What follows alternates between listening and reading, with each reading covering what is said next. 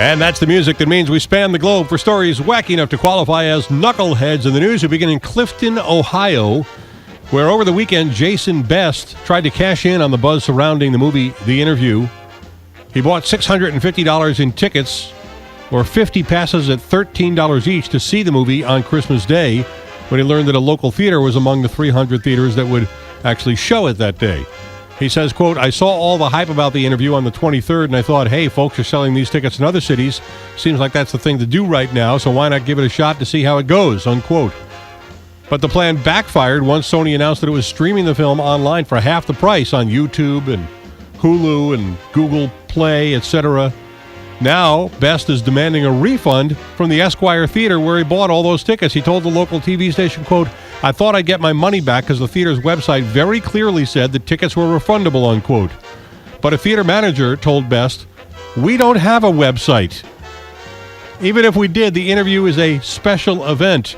You bought your tickets from movietickets.com, and there's a warning on there that we reserve the right to withhold refunds for special events. Oh, by the way, in Ohio, scalping tickets is still illegal." Next, we go to Gray, Louisiana, where a man named after whiskey has named his son for bourbon. Jack Daniels Leathers, that's his name. He and his wife Lydia Leathers chose the name for their son well before their marriage. They talked about baby names on their first date and thought Jim Beam would be a good idea for Jack Daniels' son. It's not like Jim Beam's grandparents can be upset about it because they named their kid Jack Daniels to make their own parents mad. Meanwhile, Jack says if they have another baby, a boy would be named Evan Williams after that bourbon. If they have a girl, they're going to name it Sherry. And to bring the story to a close, you should know the name of the judge who officiated at the wedding of Lydia and Jack Daniels Leathers. The judge's name, I'm not making it up, Johnny Walker. Next, we go to Winter Haven, Florida, where 45-year-old Larry Kent Jr. tried stealing a purse from a 68-year-old woman outside a Chinese restaurant on Christmas Day, and it did not go well. The woman would not give up her purse, and two of her friends, also senior citizens, tackled Kent and kept him pinned down until police arrived, even after he told them he had a gun. One of the seniors told the reporter, quote, "I didn't care he had a gun, I just wanted to help them out," unquote.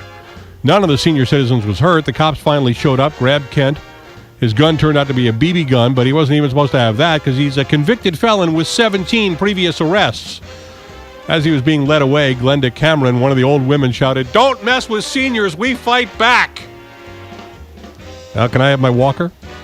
In Crestview, Florida, a fire broke out on Christmas Eve in the intensive care unit at North Okaloosa Medical Center when a patient who was on oxygen tried to smoke crack cocaine from a homemade pipe in his bed with the oxygen mask on. The good news is that the only property damage was to the bed linen, the hospital gown, and the oxygen mask. The ICU wasn't even evacuated. The bad news for the patient is he's now in the burn unit. So how did he get the crack? His friend, Lee Vern Cook, admitted to bringing the cocaine into the hospital along with a loaded firearm. After the fire, he led officers to where he'd hidden the gun in a bathroom, and now he's charged with, well, more crimes than I have time to tell you about here today on Knuckleheads in the News on the Big 550 KTRS.